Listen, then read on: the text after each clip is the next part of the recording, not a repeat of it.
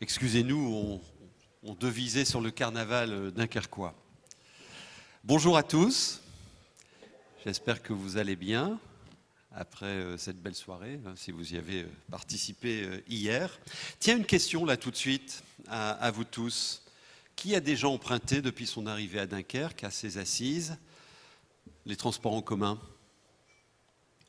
Waouh! C'est vrai, hein? Quelle ligne? La 3, la 4. Bon, ça s'est bien passé? Alors, on a une heure pour partager avec vous les conditions de mise en œuvre d'une offre de transport collectif gratuit sur un territoire avec le retour d'expérience de Niort et de Dunkerque, bien évidemment, et en profiter aussi pour comprendre les conditions, les enjeux. Et nous avons autour de la table Patrice Vergrit, bien évidemment, président de cette communauté urbaine qui a initié cette gratuité des transports ici à Dunkerque. Bienvenue également Alain Lecointe. On ne les a pas mis ensemble parce que maintenant il y a de la jalousie qui s'est créée entre Niort et Dunkerque. Vous êtes membre du bureau de l'agglo du Niortais, maire de Brulin, et l'une des chevilles ouvrières de la gratuité des transports. Et vous avez la délégation transport. Bienvenue à Jean-Louis Sagot, philosophe et j'allais dire l'homme de la gratuité. Et d'ailleurs, je commencerai avec vous dans quelques instants.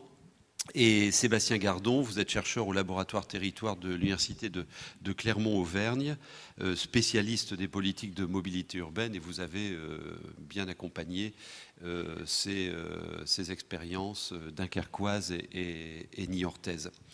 Je vais vous proposer tout de suite d'écouter le témoignage d'un chauffeur de bus d'ici à Dunkerque. Vous savez, depuis le début de ces assises, on donne la parole aux gens, à la population de ce territoire pour qu'ils nous parlent de leur transition. Et lui, on lui a particulièrement demandé de nous dire comment sa vie a changé ou pas depuis le 1er septembre, puisque c'est au 1er septembre que la gratuité des transports ici a été totale. Écoutez-le.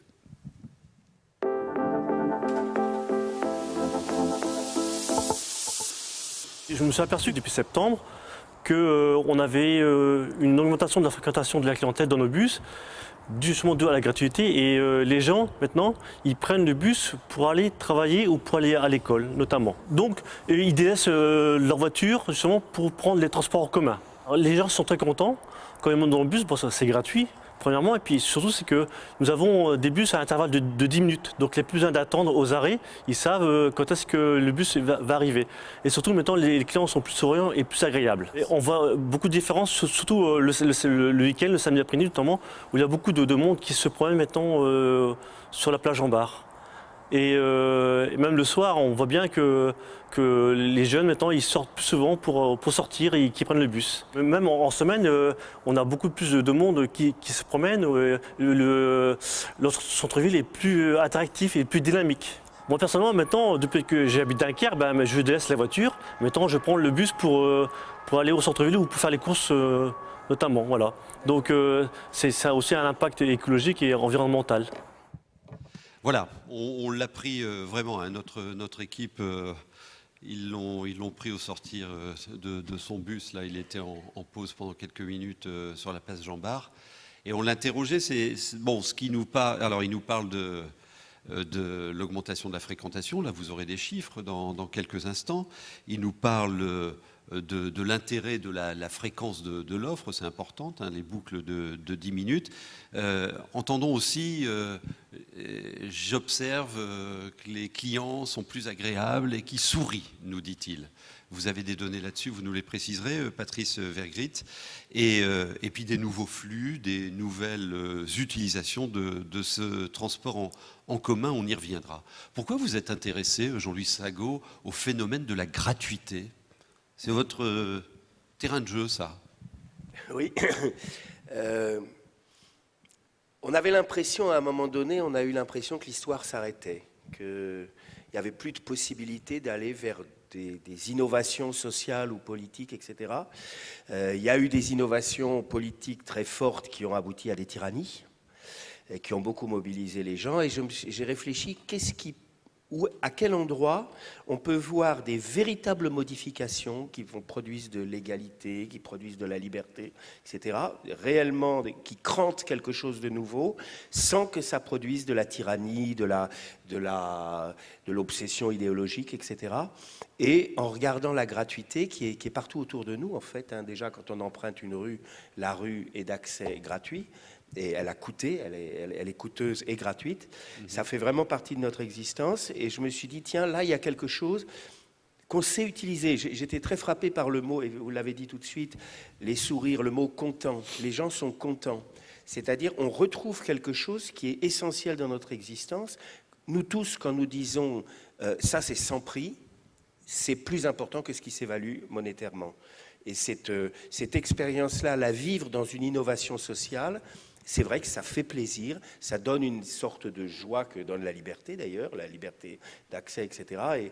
Et je me suis dit, tiens, là, il y a quelque chose à creuser parce qu'on peut faire avancer bout par bout la société vers plus de douceur, plus d'égalité. Donc il y a aussi un aspect impact social et presque bienveillance de la gratuité. Alors, appliquées au transport, quelles peuvent être, hein, on est au début de l'histoire de la gratuité, hein, et ça commence à sérieusement faire réfléchir les territoires. Quels sont les effets observés, attendus de la gratuité dans le transport? Alors, dans les effets observés, il y a une énorme augmentation de la fréquentation. Ça, c'est partout. Il y a un certain report modal, c'est-à-dire des gens, comme c'était dit tout de suite, qui ne prennent plus leur voiture et prennent les transports en commun, ce qui a un effet là, écologique direct. Il y a aussi, je crois, c'était dit dans ce petit témoignage, là, ou dans ce témoignage, ce court témoignage plutôt, le fait que c'est un endroit, les endroits de gratuité, les espaces de gratuité sont des endroits où on est ensemble. Quand un bus est payant, un jeune qui rentre dans le bus avec l'intention de ne pas payer, ça commence par un sale regard entre lui et le chauffeur. Une fois qu'on met la gratuité, c'est « Bonjour jeune homme, tiens, tu as de la place derrière. Bonjour monsieur ». Et la personne, le jeune, qui aurait peut-être fraudé, va aller s'asseoir tranquillement. Et il y a une espèce de tranquillité. Il y a aussi quelque chose, le fils du notaire et le fils du chômeur, ou la fille du notaire et la fille du chômeur, sont au même niveau avec la gratuité. Donc il y a beaucoup d'effets certains sont mesurables, d'autres sont purement qualitatif, l'ensemble en fait quelque chose d'agréable qui adoucit la vie et une belle innovation sociale. Donc, si je comprends bien, vous confirmez que la dévalorisation du service parce qu'il est gratuit, c'est pas un sujet. Ben, c'est un sujet parce que tout le monde en parle. Là où la gratuité n'est pas effective, on dit non, mais les gens vont le dégrader, les gens vont pas le respecter, etc. Avec cette espèce d'obnubilation marchande relativement récente qui fait qu'on a l'impression que s'il n'y a pas un prix, on ne respecte pas, alors que c'est pas du tout vrai. C'est pas du tout vrai dans nos vies. Par exemple, si, imaginons que je sois puériculteur, je vais faire des gestes éducatifs avec des enfants, des gestes qui ont du sens, etc., moyennant finance, moyennant mon salaire. Quand je rentre à la maison, que je fais le même geste avec mon gamin, je sais que c'est sans prix. Si mon gamin me dit « je te rembourserai », je ne le prends pas pour une bonne nouvelle.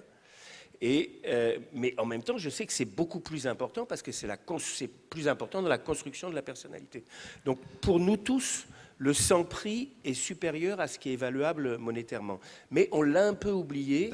Et je crois que c'est important aussi, ces expériences sociales-là, pour nous le rappeler. Des expériences sociales, c'est bien d'avoir cette focale. Encore une ou deux questions de cadrage. Cette gratuité, et notamment sur les transports, a quand même pas mal de détracteurs. Toute la presse que j'ai lue lorsque vous avez mis en place au 1er septembre cette gratuité ici, les journalistes sont allés interroger des penseurs, des faiseurs d'autres territoires. Il y a des détracteurs. Alors par exemple, c'est pas normal que ce soit gratuit parce que les riches sont mis au même niveau que les pauvres, etc., etc. Quels sont ces arguments contre et comment on peut les démonter ? Il nous faut de la méthodo, là. Ils sont intéressés peut-être pour déployer ça chez eux. Comment on peut affronter ces contre-arguments ? Ben, je crois qu'il faut les affronter en citoyens. Par exemple, l'argument sur les riches n'ont qu'à payer plus, peut-être qu'on peut dire le contraire, qu'on peut dire c'est bien qu'il y ait au moins un endroit, au moins quelques endroits, où on est tous ensemble et où il n'y a pas de différence, où on fait l'expérience qu'il n'y a pas de différence entre quelqu'un qui a beaucoup de moyens et quelqu'un qui n'en a pas. C'est important pour notre vie sociale et c'est un choix civique. C'est-à-dire on dit non, moi je préfère que la progressivité de l'impôt, par exemple, gère ce problème de redistribution, mais par contre c'est très important qu'à l'école, que devant les soins, etc., on sache que quelqu'un qui a un gros revenu ou un clochard qui est renversé par une voiture sera correctement soigné. Ça fait partie de la civilisation française, par exemple, la Sécu, et ça donne un niveau éthique très élevé. On l'a oublié, mais moi je vis beaucoup au Mali. Au Mali, il n'y a pas la sécurité sociale. Vous pouvez trouver quelqu'un devant une pharmacie qui va vous dire bon, est-ce que tu peux me donner de l'argent parce que j'ai une plaie qui s'infecte et il me faut de la pénicilline pour... Et vous avez votre famille, etc. Bon, que Dieu t'aide et vous rentrez. Ici, en France, c'est pas possible à cause de cette innovation sociale extraordinaire qu'est la sécurité sociale et qui a amené, par exemple, tous les Français, ou l'écrasante majorité des Français disent « Ah non, dans un pays comme la France, non, on peut pas, tout le monde doit être soigné. » Et ça, si on y pense, c'est un niveau de civilisation véritablement très élevé qu'on n'a pas aux États-Unis, qu'on n'a pas dans les pays qui n'ont pas encore institué ce système. Et le transport, ça met un champ nouveau dans cette façon d'être ensemble, cette façon de vivre ensemble. Donc, en fait, c'est un choix politique. Un nouvel espace de liberté ? Un nouvel espace de liberté. Les Anglais, pour dire gratuit, disent free. Ouais. Hein, c'est-à-dire, on y va quand on veut. C'est la vieille parole des anarchistes et communistes du 19e siècle qui disait de chacun selon ses capacités, à chacun selon ses besoins, de chacun selon ses capacités de cotisation, à chacun selon ses besoins de santé, de chacun selon son désir ou non de voyager. Et on voyage quand on veut dans la liberté, c'est quelque chose qui peut nous réunir. Hein. C'est-à-dire qu'on voit d'ailleurs des collectivités de couleurs politiques très différentes qui l'adoptent parce qu'au fond, ça fait partie de nous-mêmes. Qu'il y ait des choses, je dirais, dans notre histoire civique, il y a des moments où on décrète que quelque chose est inaliénable. Par exemple, on a aboli l'esclavage. La personne humaine est inaliénable. Ensuite, on a créé des lois qui réduisaient le temps de travail. Il y a une partie de notre vie qui est inaliénable. On peut vendre une partie de notre temps. Et il y a aussi des choses, on dit non, l'éducation des enfants, c'est trop important, on va mettre la gratuité. La santé, c'est trop important, on va mettre la gratuité. Et vous mettez le transport à ce niveau-là ? Après ça, c'est l'histoire qu'il fait. C'est-à-dire que de la même façon qu'on a fait la voirie gratuite parce qu'on s'est dit on ne peut pas vivre ensemble s'il n'y a pas des endroits où on marche ensemble, où on va ensemble dans la liberté et dans l'égalité, on étend en fait on étend l'espace public quand on fait la gratuité des transports publics. Et donc on dit on va donner une plus grande place à l'espace public et il y a la partie immobile qui est la voirie et la partie mobile qui sont les bus. Très bien. Oui, il y a des effets induits énormes. Ils vont nous les préciser. Alors, vous êtes jaloux un peu, vous, de Dunkerque. Juste avant que Dunkerque ne démarre, vous étiez la première métropole de France à avoir mis, la plus importante à avoir mis en place la gratuité. Maintenant, c'est lui. Alors, il y a surtout pas de jalousie, mais je voudrais d'abord excuser notre président et maire de Niort, Jérôme Baloche, qui n'a pu être là. Mais j'ai bien retenu que j'avais un message à lui faire passer. Oui, non, parce qu'en off, avant qu'on démarre, j'insiste. Patrice Vergrit a dit voilà. ça commence Alors, à suffire, il faut qu'il vienne. Quoi. Alors, il n'y a surtout pas et sûrement pas de jalousie. Je dirais au contraire, je crois qu'on a contribué, après des précurseurs, Châteauroux et d'autres, à aller dans le sens de la gratuité. Alors c'est vrai, le petit film va le montrer. On a été pendant... On le verra tout à l'heure, hein, parce qu'on va d'abord parler de Dunkerque. Mais, voilà, on a été pendant un an quand même la communauté d'agglomération, la collectivité la plus importante de France à avoir offert la gratuité. Voilà, donc il n'y a pas de jalousie et on est heureux d'avoir contribué à ce que Dunkerque passe à la pas mal benchmarké chez vous. Alors on va prendre 6-7 minutes avec chacun de vous deux pour décrypter votre démarche, hein, les faits.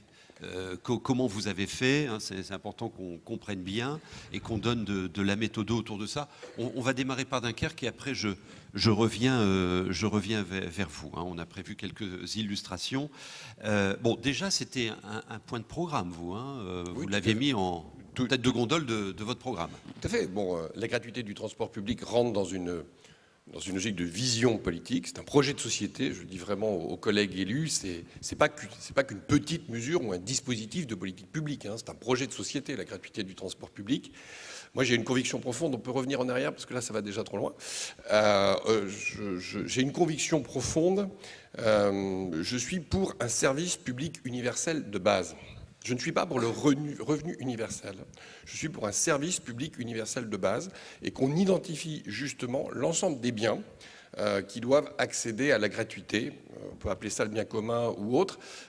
Et à Dunkerque, on a lancé cette réflexion. Le transport public, pas le transport.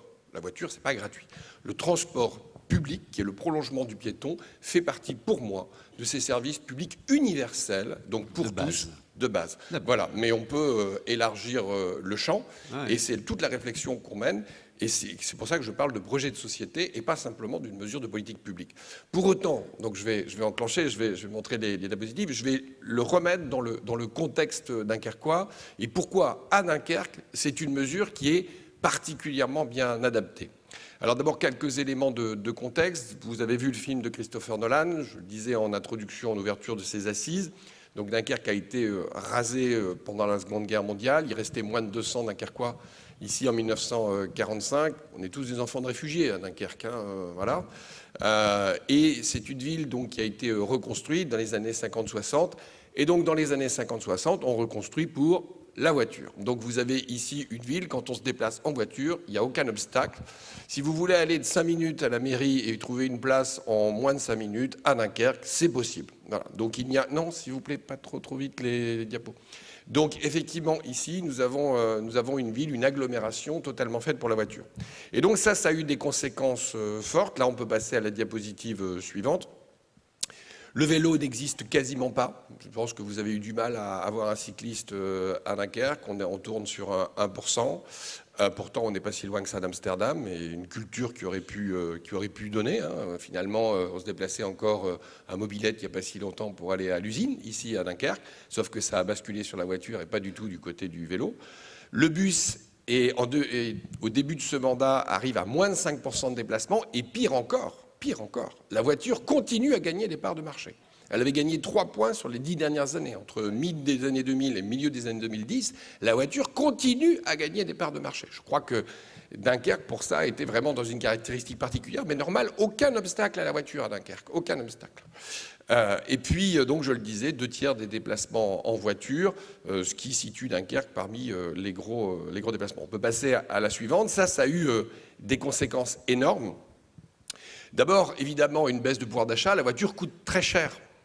L'agence d'urbanisme avait calculé ça. Le budget qui est dépensé quotidiennement par les Dunkerquois en carburant, 500 000 € par jour. Par jour. La voiture coûte très cher, uniquement en carburant. Vous imaginez l'amortissement. Alors l'effet écologique, c'est 400 000 litres de carburant également. Et or, vous êtes dans une agglomération où cette question du pouvoir d'achat est quand même au centre de la problématique. Donc une problématique de pouvoir d'achat. Deuxième problématique, évidemment, une problématique de pollution. Elle est d'autant plus, qualité de l'air, j'ai envie de dire, elle est d'autant plus difficile ici que si vous posez la question à un Dunkerquois, mais avec ta voiture tu pollues, il vous répondra tout de suite, instantanément, c'est pas moi qui pollue le bus, de toute façon, c'est l'industrie. Donc moi, je peux prendre ma bagnole, je m'en fous, puisqu'il y a l'industrie. Donc il y a une difficulté à sensibiliser la population à la question de l'impact environnemental de la voiture, puisqu'on ne polluera jamais autant que l'usine qui est à côté. Donc, à Dunkerque, difficulté de sensibiliser la population à la problématique de la qualité de l'air, et pour autant, la réalité est là. Et enfin, des problématiques foncières. Un quart de la surface du centre-ville est dédié à du parking. Un quart de la surface du centre-ville. On est dans une agglomération moyenne. Son centre-ville fonctionne pas si mal que ça en termes commerciaux, mais avec un gros déficit de logement, un gros déficit d'aménités, parce qu'un quart du centre-ville a une surface dédiée à la voiture. Donc ça, c'était les conséquences de la voiture automobile, et on voyait bien les limites complètement d'un modèle, et il fallait donc rééquilibrer ce modèle, le changer profondément, d'autant plus qu'il continuait à s'ancrer et à être de plus en plus important. Je continuais à avoir une pression sur plus de places de stationnement dans le centre-ville, avec un quart de surface. Juste une question. Avant d'occuper ce mandat majoral, vous étiez à la tête de l'agence d'urbanisme. Un mandat avant, oui. Oui. Ouais. Enfin, vous avez bossé ici, quoi. Ouais.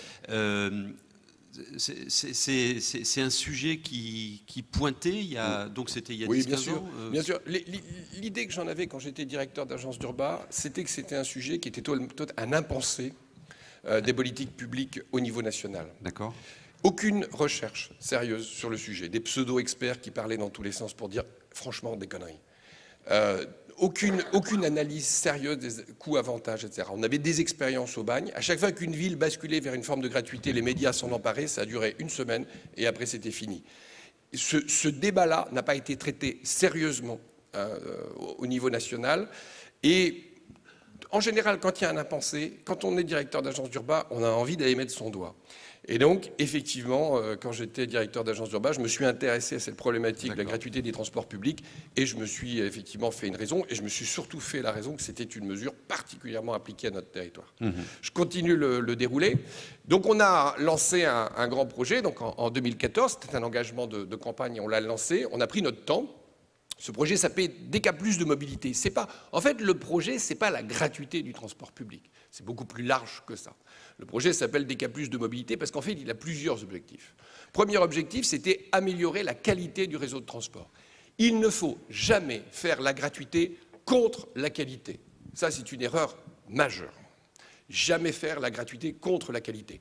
Si vous vous engagez sur une politique de gratuité, c'est pour rajouter de la qualité. C'est-à-dire qu'il faut être en capacité d'assumer le coût de la gratuité et en même temps le coût de la modernisation du réseau de transport public. L'un va avec l'autre. L'un est la cerise sur le gros gâteau. Mais il faut le gâteau et la cerise, pas un seul, sinon ça ne marche pas.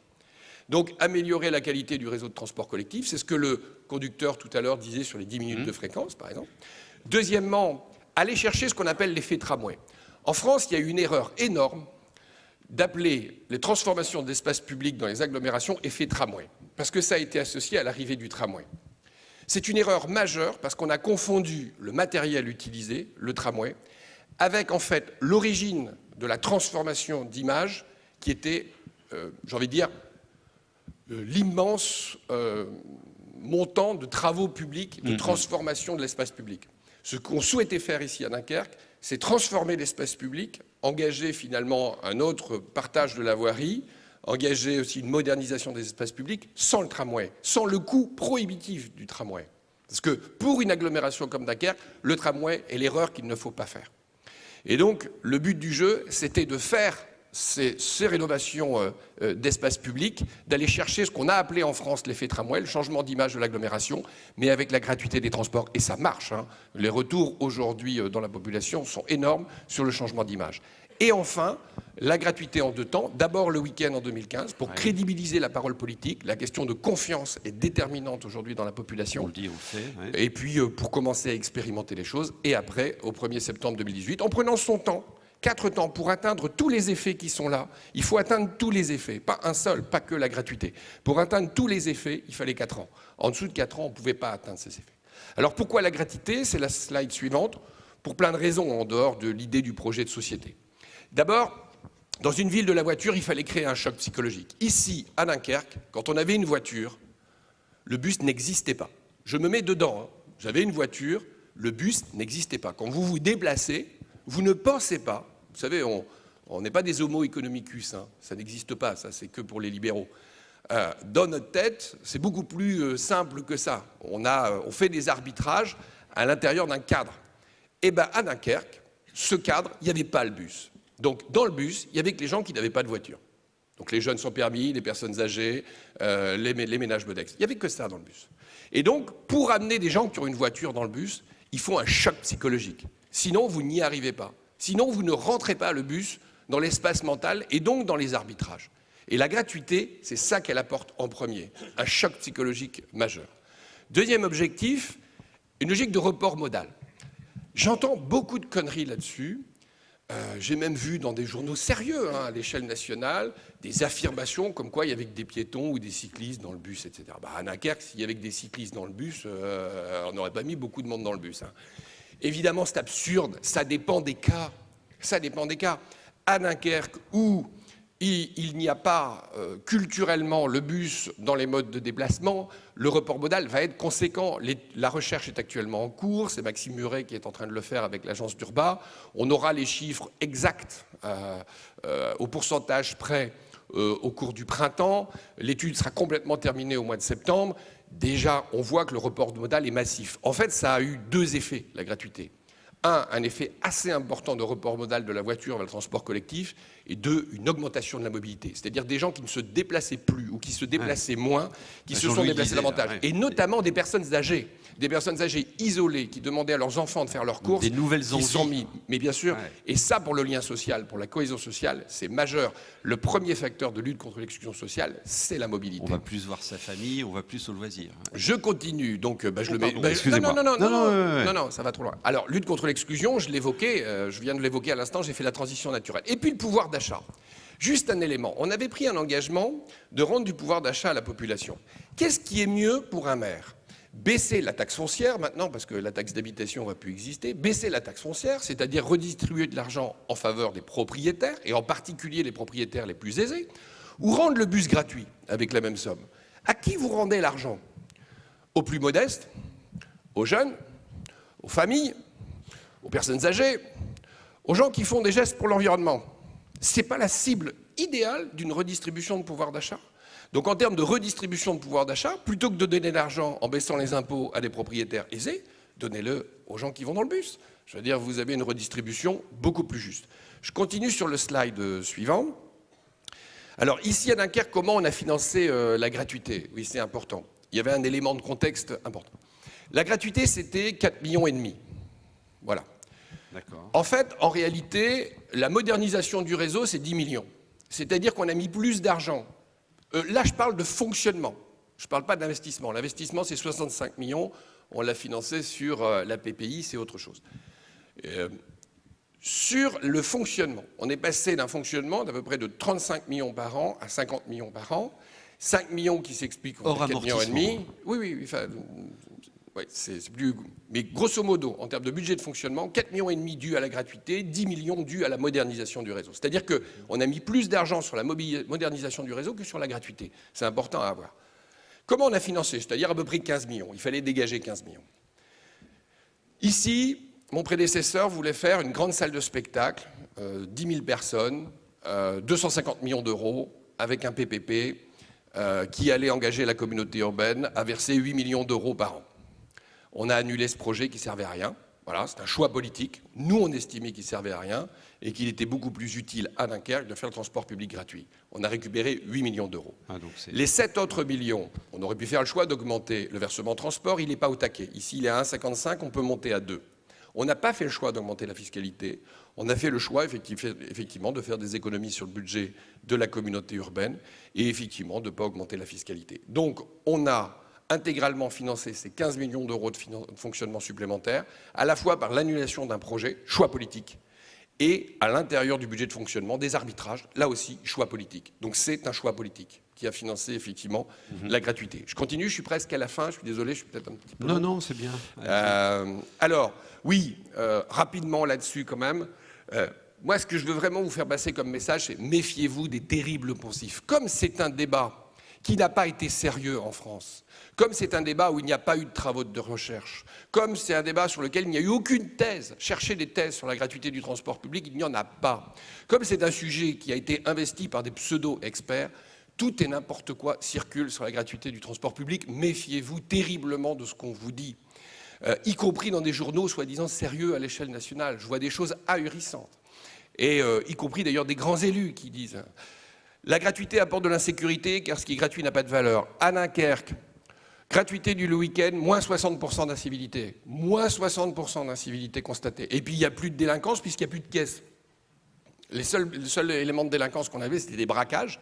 Il n'y en a plus. Donc non, très sérieusement, c'est l'inverse. C'est exactement ce que vous avez dit. Et c'est vrai partout. C'est vrai à Tallinn, c'est vrai à Aubagne. Ça se constate partout. Pareil, j'aime bien le deuxième, je ne vais pas les faire tous. Il faut supprimer des places de stationnement, c'est plus efficace que le transport public gratuit. On va appliquer à Dunkerque. Je ne vais pas dire le nom du pseudo-expert qui a dit ça, parce que, voilà, mais pourtant, il a eu une interview dans Le Monde, hein, quand même, il faut le faire, hein, avec des conneries pareilles. À Dunkerque, on supprime des places de stationnement. Donc c'est en centre-ville qu'il faut les supprimer, puisque c'est là qu'il y a la pression. Si je supprime des places de stationnement en centre-ville sans créer d'alternative, les personnes, il y a une partie qui ne va plus venir consommer en centre-ville sur le commerce. J'ai mes commerces de centre-ville, toutes les agglomérations moyennes sont dans cette situation, qui sont à la ligne de flottaison. Ça veut dire que si je perds une partie de ma chalandise, je mets une partie de mes commerces sous la ligne de flottaison, je tue mon commerce de centre-ville, comme c'est le cas dans un certain nombre d'agglomérations moyennes, et puis je développe une dépendance à la voiture par rapport à la périphérie encore plus importante. Toutes ces solutions-là ne sont pas systémiques. Je finis juste sur la dernière slide, parce que j'ai voulu vous le ramener, c'est l'augmentation de la fréquentation. Donc là, vous avez les chiffres actualisés hier soir, j'ai fait ça hier soir, après le dîner de gare. Après le carnaval, donc voilà. En rouge, les chiffres. Voilà. En rouge, vous avez la fréquentation moyenne au moment où c'était encore payant en semaine normale. Donc, je n'ai plus le chiffre en tête. Mais, voilà. Et puis, vous avez depuis septembre. Donc, ce qui est intéressant, donc ça, c'est en semaine. Alors, le week-end, une progression de 120%. Donc, tout de suite, le week-end, une progression gigantesque qui s'adapte en fonction de avant Noël, il y a un plus, après les fêtes, il y a moins. Voilà. Mais globalement, tout de suite, une progression de 120%. C'est-à-dire qu'on a plus que doublé le week-end d'entrée, tout de suite, dès septembre. Sur la semaine, on est sur des effets plus structurels et on voit effectivement un phénomène de croissance en dehors des périodes de vacances. C'est-à-dire que grosso modo, on a eu tout de suite une progression de 50%. Et puis aujourd'hui, on est plutôt à une progression de 55% par rapport au moment où c'était payant. C'est-à-dire qu'on voit que se propage un bouche à oreille positif, et c'est là-dessus que je voulais conclure.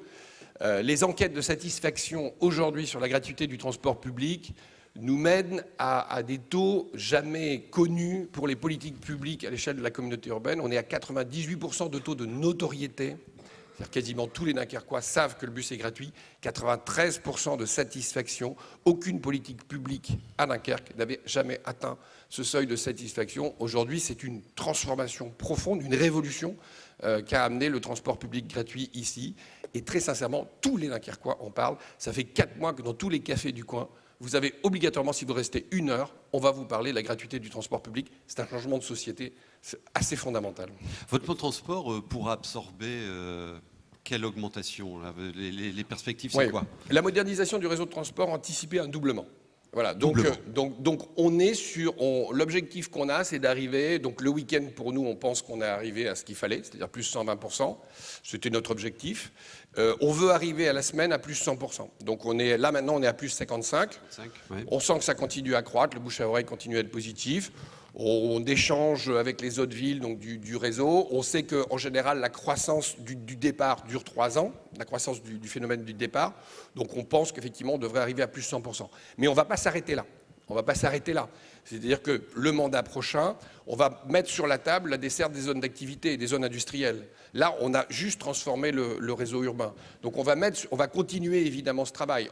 On va le lier aussi à l'évolution institutionnelle du territoire. C'est-à-dire que c'est la partie centrale de l'agglomération qui a le plus bénéficié de ça. On va évidemment reposer avec l'ensemble des maires de l'agglomération la façon dont on va construire la partie centrale de l'agglomération de demain. Donc ça va avoir des conséquences institutionnelles aussi sur le raccrochement d'une commune à une autre, etc.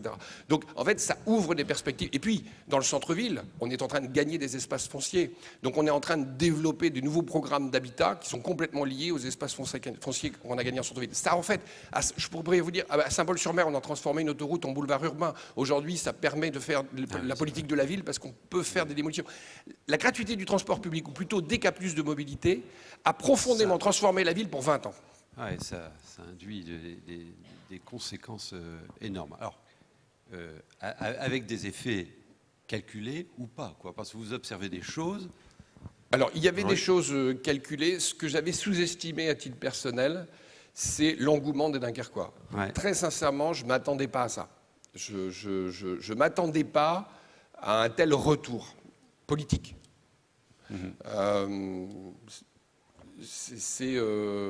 C'est magique. Il y a un côté magique à la gratuité. Mais de toute façon, il y a un côté magique à la gratuité. Il y a un côté magique parce qu'on se dit, mais si je ne paye plus avec mon billet, qui paye les chauffeurs? Alors qu'en fait, le contribuable payait déjà 90%. Donc, mais il y a un côté magique parce qu'on pensait qu'on payait le chauffeur avec son ticket. Il y a un côté magique à la gratuité, et ce côté magique, finalement, il recrédibilise aussi le politique. Finalement, vous vous rendez compte, la politique, ça peut quand même changer la vie. C'est quand même quelque chose, finalement. C'est quelque chose qu'on avait un peu oublié. Alors, je vais demander son commentaire à Sébastien Gardon. Après, on reviendra, on fera un cadrage de synthèse sur ce qu'il faut retenir de tout ça, mais sur ce storytelling de la transformation dunkerquoise, votre commentaire? Oui, merci. Donc moi, je représente l'association VIGS ici, et du coup, le travail qui est fait par Maxime Muret, en partenariat notamment avec l'agence d'urbanisme, et donc on participe à cette étude, et dont on n'a pas encore complètement les résultats, mais on a quand même des éléments, et on travaille sur d'autres villes également. Effectivement, ce qui se passe à Dunkerque, c'est assez incroyable. On ne retrouve pas le même cas de figure dans d'autres villes, et on a été aussi impressionné par les retombées, l'attractivité aussi, le regard qui change des habitants sur la ville.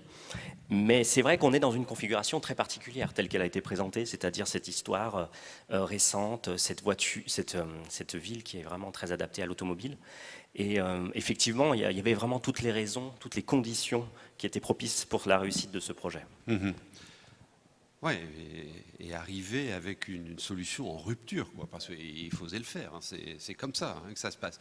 Et puis il y a un basculement aussi qui s'est fait, c'est-à-dire qu'on en parlait, la gratuité on en parle depuis pas mal de temps, mais là ces dernières années, ces derniers mois, il y a vraiment eu un basculement avec Aubagne, avec Niort, et puis Dunkerque, on voit vraiment l'engouement, et on en parle de plus en plus, et de plus en plus de villes s'y intéressent. Jean-Yves Sago. Oui, ce que vous disiez à la fin, c'est-à-dire réhabiliter le politique. On est dans une situation où on a l'impression que le politique ne dirige pas, mais nous dit appliquer ce que l'économie vous dit de faire, on ne peut qu'aménager, etc. Et ça produit une énorme défiance qui est mauvaise pour la société, c'est clair. Et là, d'un seul coup, on a quelque chose où on voit que on peut décider d'une vraie modification, et d'une modification profondément politique, puisque c'est de l'innovation sociale, etc., une nouvelle façon d'utiliser la richesse produite par notre travail, etc., qui a des effets qui constituent la société. Et je crois que c'est une piste là aussi très importante, que nos élus se disent, on peut peut-être quand même faire quelque chose. On n'est pas forcément obligé d'appliquer ces poncifs qui sont derrière toutes les remarques. Par exemple, les gens qui disent, mais non, ça va développer les incivilités, etc. C'est le contraire partout. Mais ça continue à s'écrire, c'est incroyable parce que c'est le contraire partout. On a les chiffres, on a tout, mais ça continue à s'écrire parce que l'obnubilation marchande qui a saisi la société et qui fait que les gens disent, on entend tout le temps, mais rien n'est gratuit. Et là, quelque chose vraiment bouge, et on peut donc bouger les choses. Il y a un point aussi à souligner, c'est la rapidité d'exécution. Vous me direz aussi chez vous comment ça s'est passé. Donc décision, c'était 2015 Décision 2014, campagne. Oui, c'est alors 2014, mise en œuvre 2018, 4 ans, quoi. Enfin, oui. Avec le palier du week-end. Et pour moi, c'est un tramway, ça met 10 ans parfois. Oui, et puis c'est pas adapté, puisque c'est un coût terrible. C'est l'obnubilation du matériel aussi. Ouais. Voilà. C'est indispensable de faire vite. Non, pas vite. Justement, 4 ans, c'est pas vite. Attendez, un engagement politique, et vous le faites 4 ans après, pour la population, c'est le bout du monde. Vous avez un an et demi de transformation de la ville, les travaux, à peu près un an et demi de débat avec les citoyens, 2 ans de travaux, et on met en œuvre. Mais quand on est sur l'espace public, ça peut aller à cette vitesse. Maintenant, quand on fait des programmes immobiliers, on n'arrive plus à le faire dans le mandat. Mais non, 4 ans, c'est long. Bon. C'est long dans l'espace politique. D'accord. Alain Lecointe, c'était votre tempo, c'était quoi, vous, à Niort? Bien, écoutez, il y a beaucoup de similitudes entre la démarche de Niort et celle de Dunkerque, et par contre des différences. Mais la première similitude, c'était effectivement également un engagement électoral, donc qui avait été pris en 2014 et qui s'est déroulé sur 3 ans parce que nous avions, nous, une contrainte. La contrainte, c'était le renouvellement de ce qu'on appelle la DSP, la délégation de service public, c'est-à-dire la concession à un délégataire qui prenait fin mi-2016. Donc on a pu la prolonger, mais on ne pouvait pas trop la prolonger, donc on avait cette obligation de le faire pour 2017. Donc on l'a fait en 3 ans. Vous nous avez amené un reportage pour qu'on voit comment ça marche. Comme dirait l'autre, on regarde.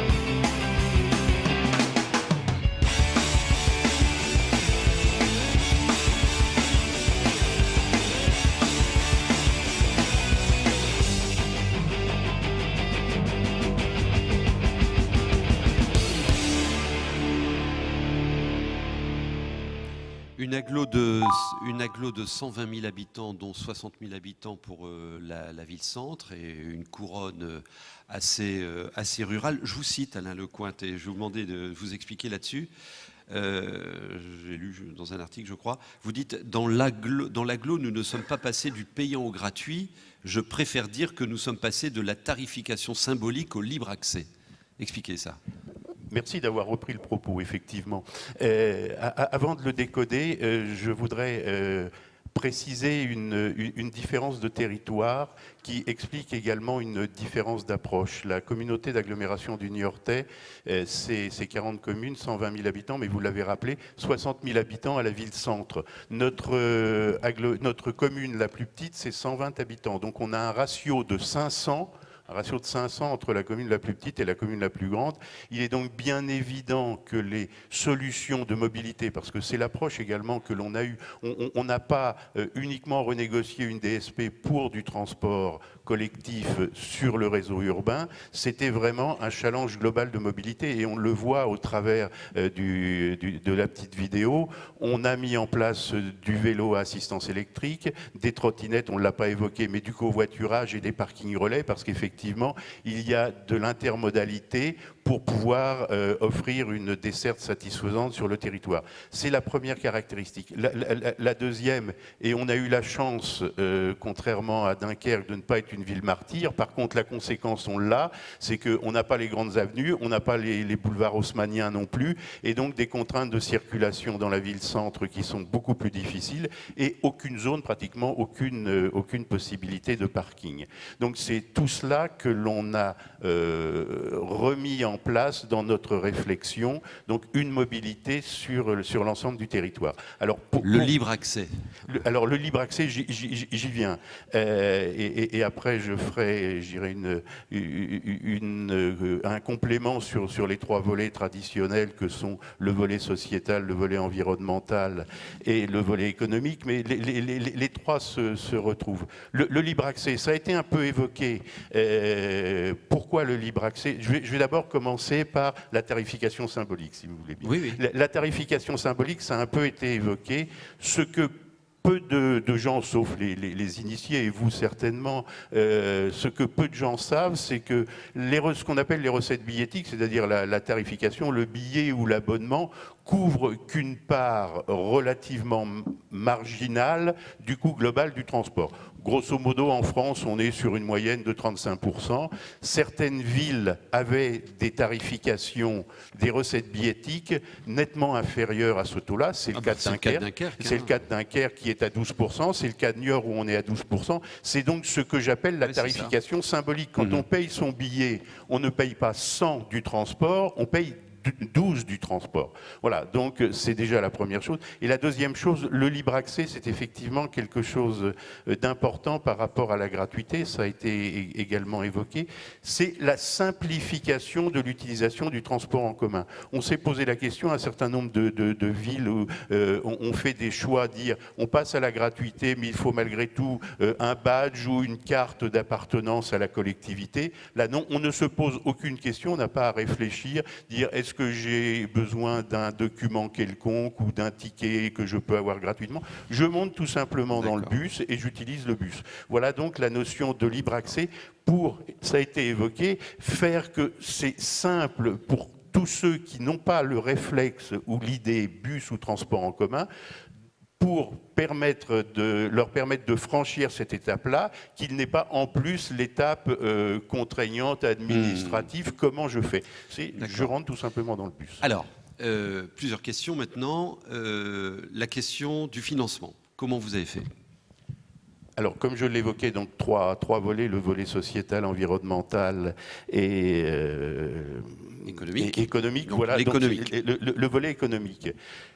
C'est également l'une des différences que l'on a avec Dunkerque et qui explique que nos taux de progression, vous l'avez vu, Dunkerque a un taux de progression d'utilisation de l'ordre de 120% le week-end, objectif 100%. Nous, vous l'avez vu, au bout un an et quelques mois, on est à 25%. On s'est fixé un objectif sur la délégation de services publics, donc sur le temps des 6 ans, de l'ordre de 30% qui est un minimum, sachant que le délégataire, et je viens sur le modèle économique, le délégataire est intéressé à la fréquentation. Donc plus il mettra en place des moyens pour augmenter la fréquentation, plus sa rémunération sera en croissance. Comment on a fait? Les choses ont été également expliquées, et donc ce qui explique le fait que nous n'avons pas cette progression, nous n'avons pas, nous, de manière complémentaire à la gratuité, augmenté l'offre. Vous avez fait 2 choix, et bravo. Nous, économiquement, nous n'étions pas en capacité de faire ces 2 choix, donc le seul choix que l'on a fait, c'est dans un premier temps à couverture et à service à peu près équivalents. Donc sans augmenter d'offres, ça explique qu'on est passé avec une progression de l'ordre de 30% en augmentant l'offre. Ça fait partie de nos objectifs et on verra comment on peut le faire, mais à aujourd'hui, on est sur ce niveau-là. L'explication donc a été évoquée. En gros, nous, c'était pas 4,5 millions qu'on avait à trouver parce que globalement, notre communauté d'agglomération étant plus petite, notre budget transport est également plus faible, mais on avait donc 12% de recettes billettiques à compenser. 12% de recettes billettiques, c'est 1,5 million, voilà. Ce 1,5 million, eh bien, il a été tout simplement trouvé de 2 manières. Comme je l'expliquais, nous étions en renégociation de DSP, délégation de services publics. Quand on renégocie nécessairement, surtout avec le volet attractif d'un réseau, et à l'époque nous étions le plus grand réseau gratuit en France avant Dunkerque, c'est des volets attractifs qui font qu'effectivement au niveau marge de négociation, nous avons pu avoir des tarifs plus intéressants que ceux que nous avions. Et le deuxième volet, c'est un volet également extrêmement important, nous avons revu notre organisation du service transport. Je vais dériver, mais sur un point Très vite. un point qui me semble important. Notre réseau de service transport avait 6 ans. On était dans une DSP qui avait été construite et un réseau de transport qui avait été construit en 2010. En 2010, Blablacar n'existait pas. En 2010, tous les moyens numériques digitaux n'existaient pas. Ce réseau, en plus, a évolué en 6 ans, mais a évolué sans être réorganisé fondamentalement. Donc, il y avait eu des ajouts de lignes sans une réflexion globale sur le réseau. Quand on remet tout à plat, avec une mobilité qui passe également par le covoiturage, par d'autres moyens de mobilité, je dirais plus innovants, le vélo électrique, la trottinette électrique, on n'en parlait pas de tout cela. Quand on reconstruit un réseau avec ces nouveaux éléments de mobilité, quand on reconstruit un réseau avec des moyens numériques d'échange d'informations, d'accessibilité rapide à l'information, sur des moyens comme le covoiturage, les correspondances, le temps réel, etc. Lorsque tout cela est remis en place, on peut reconstruire un réseau qui est, tout en étant aussi satisfaisant, beaucoup plus performant en matière de nombre de lignes et en matière de coût d'organisation du réseau. Ouais. C'est donc ces deux volets qui ont permis il faut voir très large. Il faut voir très large, c'est indispensable. Une dernière question, hein, parce que vous, c'est le triptyque comme à Dunkerque, indissociable. L'économique, le social et l'environnemental. Sur le social et l'environnemental, en 2 mots, hein, quels sont les effets? Alors, en 2 mots, sur le volet social, une notion qui n'a pas été évoquée et qui est extrêmement intéressante. Certains détracteurs de la gratuité disent, écoutez, si vous voulez faciliter l'utilisation des réseaux par les personnes, des réseaux de transport par les personnes à ressources modestes, vous n'avez qu'à faire des tarifs sociaux.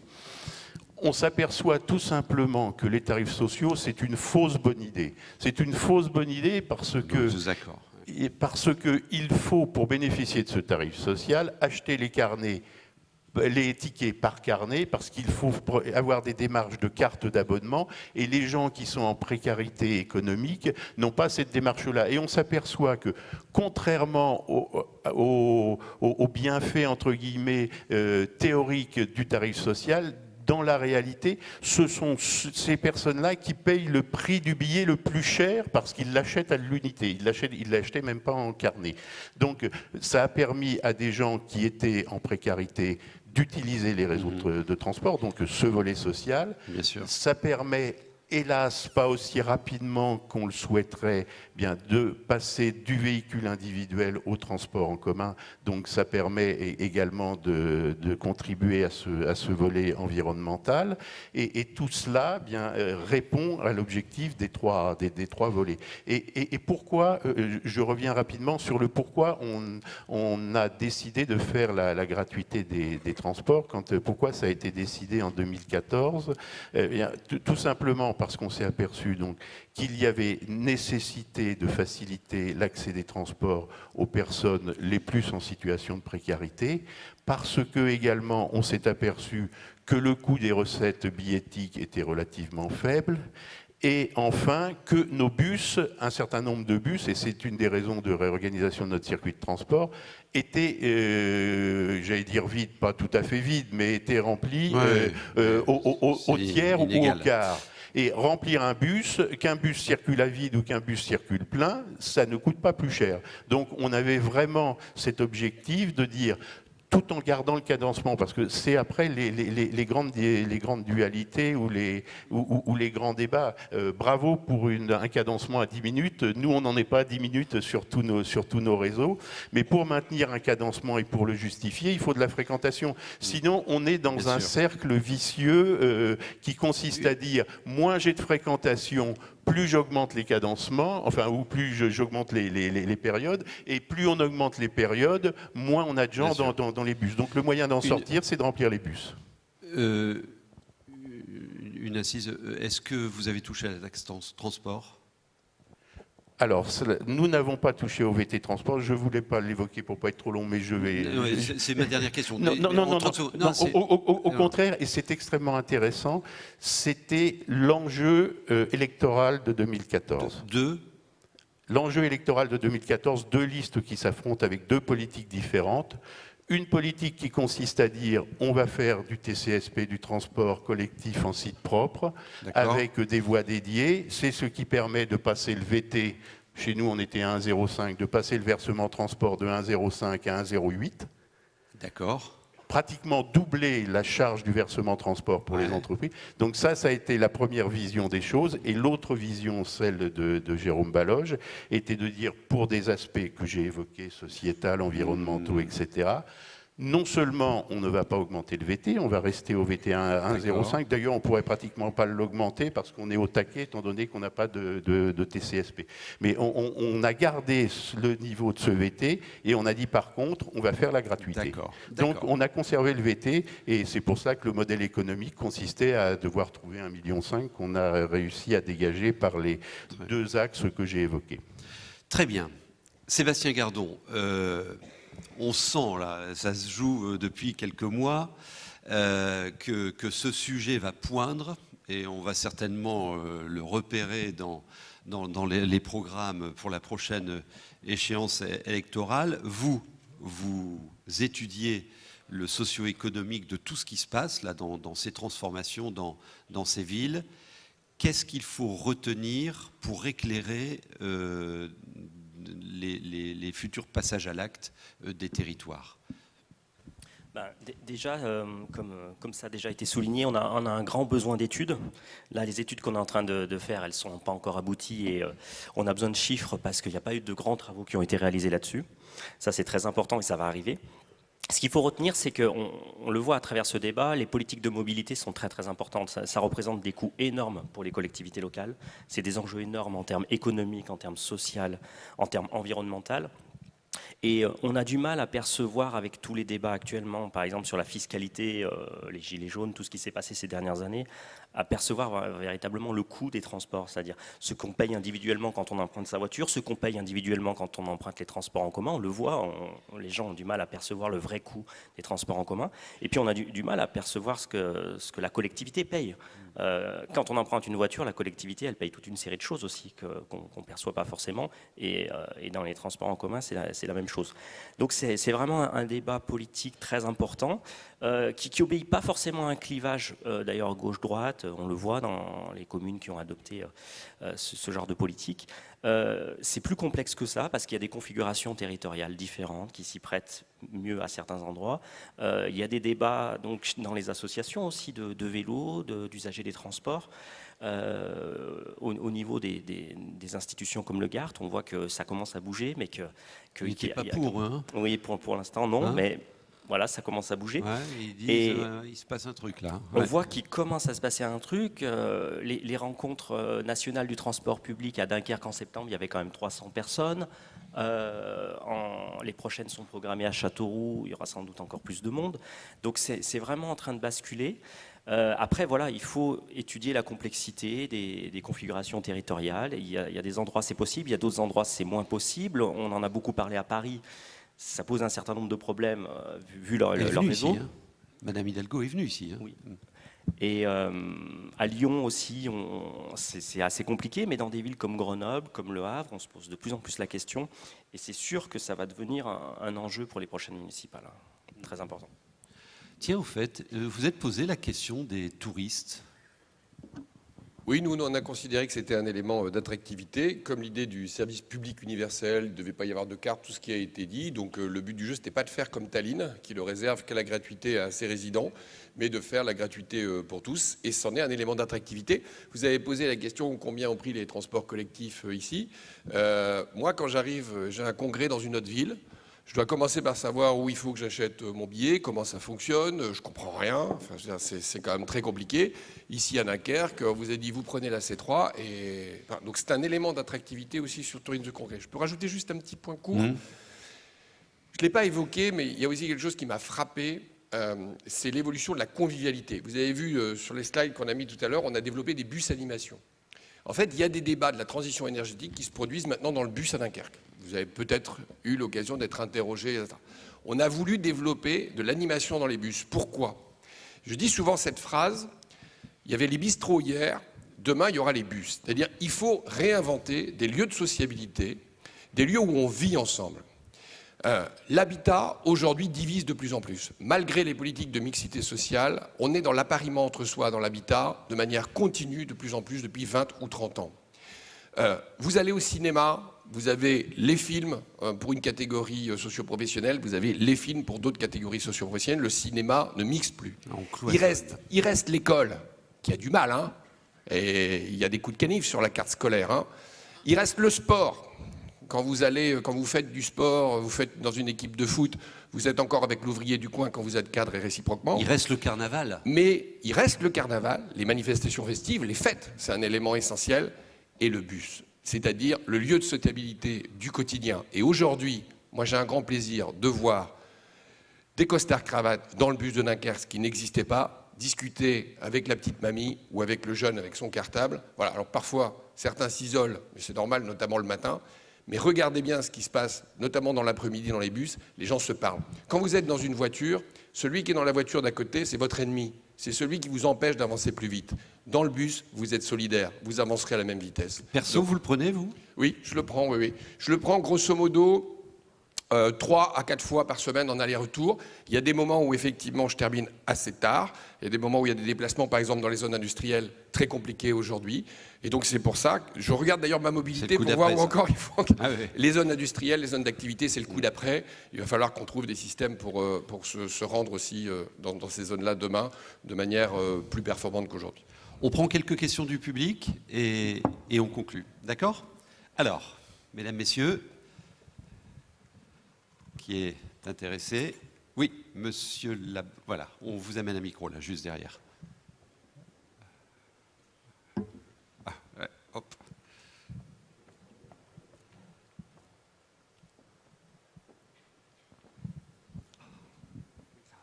Oui, bonjour, merci.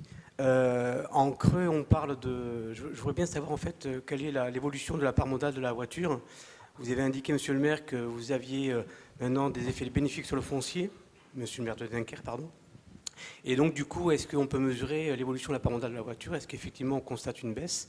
Et je me permets deux questions. Est-ce qu'aussi, on a un effet bénéfique par rapport au commerce de centre-ville, puisqu'on fluidifie un peu la mobilité, et notamment avec un doublement de la fréquentation, enfin à 120% donc le week-end? Est-ce que ça a un impact sur l'activité économique du centre-ville? Merci. Alors je réponds rapidement, c'est le principe de l'étude VIX et de Maxime Muret aujourd'hui que de vous donner des chiffres les plus objectifs possibles, donc qui viennent de la recherche, d'un labo de recherche. Et donc au printemps et à l'automne, vous aurez l'étude la plus complète. Aujourd'hui, ils pourront le dire d'ailleurs, puisque j'ai rencontré Maxime Muret récemment, il a fait part de ses premières intuition, on peut dire, c'est qu'effectivement, à Dunkerque, le report modal est substantiel par rapport à la voiture, donc là-dessus. Après, sur les commerces de centre-ville, il y a eu 2 périodes. Il y a eu la période de travaux, où là, évidemment, ça a été compliqué, c'est difficile. Tout le monde a connu ce genre de période. Depuis que les travaux sont terminés, effectivement, une grande majorité de commerçants nous disent aujourd'hui voir davantage d'affluence en ville et commencent à mesurer des augmentations de chiffre d'affaires. Ça va ? Merci. Alors je peux compléter, en particulier sur l'impact sur le commerce de centre-ville. On s'est aperçu d'une très forte augmentation de la fréquentation les samedis. Par contre, ce que nous n'imaginions pas, c'est que, comme je l'ai expliqué, la configuration de la ville de Niort est complètement différente de celle de Dunkerque. Énormément de hausse de fréquentation entre midi et 2 heures. La pause entre midi et 2 heures, beaucoup de salariés qui prennent le bus pour venir dans le centre de Niort et repartir parce que c'est extrêmement simple. On n'a pas de problème de stationnement, on n'a pas de temps à perdre justement pour venir dans le centre, pour se garer. Donc une augmentation importante sur ce créneau midi 2 heures. Une autre intervention? Monsieur, je vous en prie.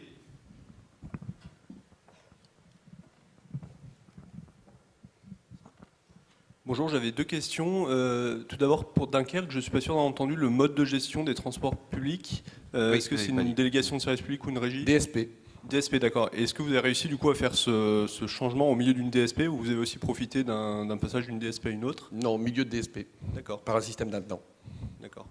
Et la deuxième question que j'avais, c'était à la fois sur Niort et Dunkerque, comment est-ce que vous arrivez à connaître la fréquence, l'utilisation des transports en commun? Vous nous avez présenté pour Dunkerque des chiffres extrêmement précis. Comment vous faites maintenant qu'il n'y a plus de compostage de tickets pour avoir cette information qui, j'imagine, quand même est importante pour dimensionner le service? On a repris le système d'Aubagne, un système de cellules optiques à l'entrée corrigé par un système de caméra. Pratique. Alors, de manière complémentaire, et c'est justement ce qui est très intéressant, étant donné que le mode de rémunération du délégataire dans le cadre d'une DSP, c'est la fréquentation et la fréquentation exacte, donc nous également, on a mis des cellules de comptage. Par contre, avant, nous n'avions pas ces principes et ces outils de comptage, et on avait ce qu'on appelle des coefficients de mobilité avec tous les aléas, et c'est, je dirais, l'une de nos grandes difficultés, la détermination de ce qu'on appelle le point zéro, la vérité exacte que l'on a avec les cellules de comptage. Donc maintenant, on l'a avec ce recul d'1 an, mais avant, comparer des cellules de comptage avec des comptages réels et des coefficients de mobilité, ça posait toute la difficulté de l'appréciation et de l'interprétation. Encore une question, monsieur?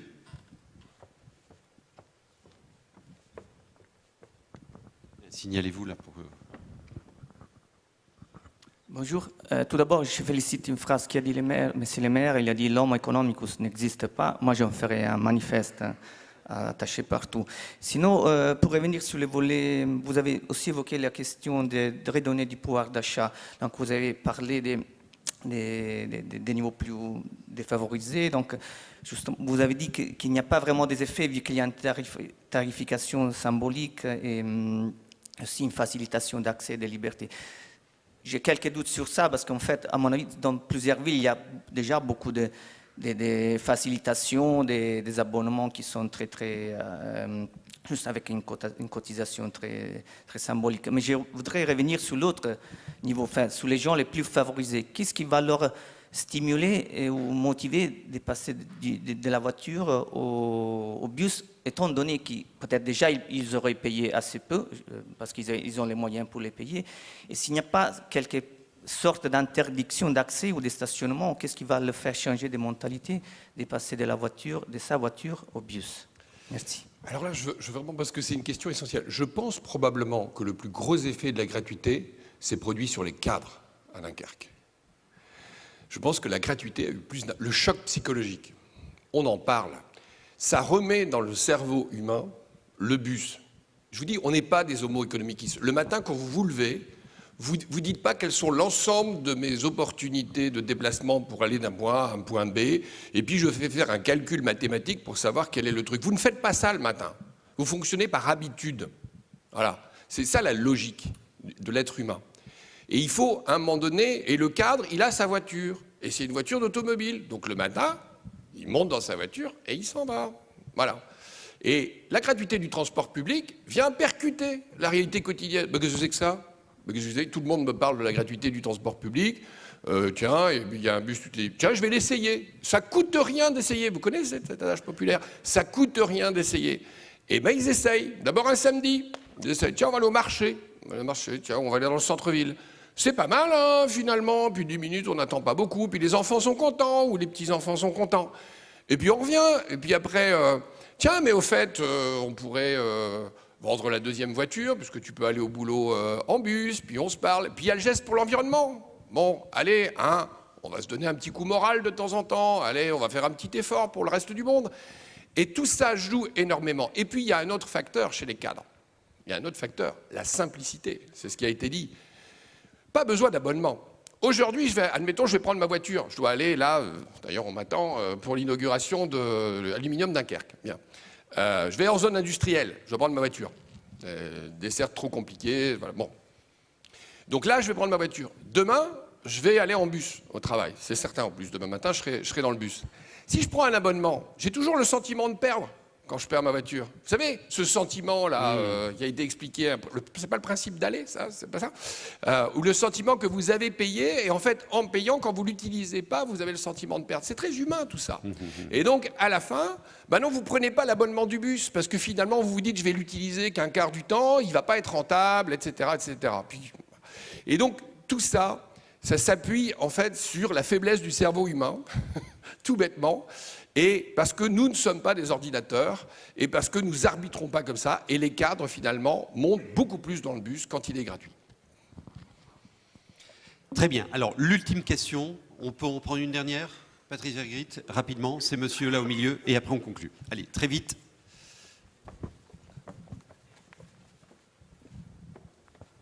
Voilà. Et une réponse rapide. Oui, bonjour. Bertrand Robert, maire adjoint à Alençon. Nous avons mis en débat en 2014, au moment de la campagne électorale, la gratuité des transports. On n'a pas été entendu. On va peut-être remettre le couvert en 2020, certainement. Nous, notre difficulté, c'est que notre territoire, c'est une communauté urbaine, mais en fait, elle est urbaine, avec un grand nombre de communes rurales. Et on a un vrai clivage, en fait, entre la ville-centre, qui bénéficie du transport collectif, et les communes rurales. Et les maires nous disent, mais nous, on est contre la gratuité parce que de toute façon, ça ne va pas bénéficier directement à nos habitants. Alors, il y a un service de transport à la demande qui fonctionne, donc il y a bien quelque chose pour eux. Mais voilà, on bute véritablement sur ce clivage aujourd'hui. Donc, je cherche des éléments argumentaires pour essayer de convaincre la mes collègues. méthode de la bonne négo, oui. Oui, je peux juste dire un mot, puis je pense que Niort voudra compléter. On ne va pas se mentir non plus. Le transport public, c'est avant tout fait pour les zones denses. Mais au passage, la gratuité au fait, dans le modèle de la ville durable, c'est quand même pas ville dense, quelque part. Assise de la transition énergétique, on n'est pas là pour développer la ville dense. Donc, à un moment donné, il faudra bien donner des avantages à la ville dense.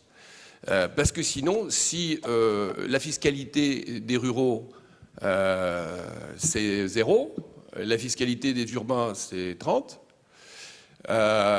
derrière, on va pleurer pour avoir tel ou tel avantage dans la ruralité et les urbains ont rien. À un moment donné, en tant que maire urbain, j'en ai un peu marre. Voilà, je le dis franchement, j'en ai un peu marre.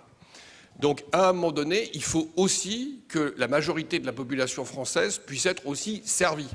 Et il est légitime, à un moment donné, de redonner de l'avantage à choisir la densité. Quelqu'un qui veut partir, et je l'ai déjà dit, j'ai eu ce débat avec les maires de l'agglomération. À un moment donné, quelqu'un qui veut partir, déménager à 20 km de Dunkerque, il assume. Il assume. Il aura des coûts de transport supérieurs. Et ce serait bien que les banquiers qui sont dans la salle, quand ils font un prêt, ils intègrent l'évolution du coût du transport pour interdire des prêts à un certain nombre de personnes qui s'endettent pour aller vivre à 20 km des villes. Il faudrait peut-être arrêter maintenant l'étalement urbain, et il y a des choses à arrêter. Donc il faut redonner des avantages aussi aux urbains. Il n'y en a pas que pour les ruraux. Donc voilà, je suis désolé, c'est une pétition pour les urbains. Très vite. Alors, j'ai pas tout à fait la même approche, mais on va pas débattre. On va pas débattre sur le sujet. Combien d'habitants dans la ville dont vous êtes maire, vous ? 800. Ah oui, voilà. 800. Je l'ai un peu évoqué. Nous sommes à l'époque où il faut qu'on réfléchisse mobilité au sens large du terme. Et il n'y a pas que les bus, c'est une offre globale de mobilité sur le territoire qu'il faut offrir. Et une offre globale avec de l'intermodalité. C'est donc non seulement, effectivement, quand on arrive sur le territoire plus dense, que ce soit le territoire urbain ou immédiatement suburbain, où là, on a une offre de transport avec des transports collectifs tels que les bus avec une fréquence importante, il y a effectivement le transport d'approche. Le transport d'approche, vous l'avez évoqué, c'est le TAD, le transport à la demande, mais c'est également des parkings relais à proximité de la ville où on a le changement de modalité entre l'approche qui peut d'ailleurs se faire en covoiturage, l'approche peut se faire en covoiturage ou en véhicule individuel, et ensuite l'utilisation des transports en commun. Merci. J'ai envie de donner le mot de la fin, figure libre, à Jean-Louis Sagot. Un mot. Il y a un vieux dicton de notre pays qui dit que l'argent est bon esclave et mauvais maître. Il est devenu maître de beaucoup de choses et moi j'en déduis qu'il est mauvais maître. J'étais une fois dans le bus à Aubagne, le bus gratuit, et je parlais à une personne âgée, une dame, qui me dit avant je prenais mon caddie une fois par semaine, un lourd caddie, j'allais à l'hypermarché, je revenais chez moi. Maintenant, je vais avec mon cabas tous les 2 jours, je vois du monde, et c'était pour aller au marché. Bon esclave. Si j'ai envie de manger des lentilles plutôt que des pâtes, je choisis. Ça me donne une liberté. Et autre mais la liberté que donne la gratuité du transport lui permettait de constituer la société, parce que notre rapport à la marchandise, ça ne constitue pas la société. Le rapport à ce qui nous est commun constitue la société. Et je trouve que cet équilibre qui s'installe lorsqu'on met la gratuité des transports, c'est une avancée de civilisation, comme l'a été la sécurité sociale, comme l'a été l'école gratuite. C'est-à-dire, c'est des moments où on dit, ben ça, on va vraiment le traiter ensemble. C'est pas l'argent qui va dominer, c'est notre décision, notre choix de citoyen, notre choix politique. On en a parlé beaucoup. Hein. Chaque fois, les élus ont dit, c'est un choix politique. C'est-à-dire, à ce moment-là, on a dit, ben non, on n'est pas obligé de s'incliner devant le rapport marchand. On peut trouver d'autres choses. Et peut-être que ça va mieux. Et en l'occurrence, ça marche mieux. Une avancée de civilisation. Merci pour vos témoignages. Merci à vous pour votre attention. Et puis, bonne fin d'assise. Hein. C'est la dernière ligne droite. Hein. Bonne journée.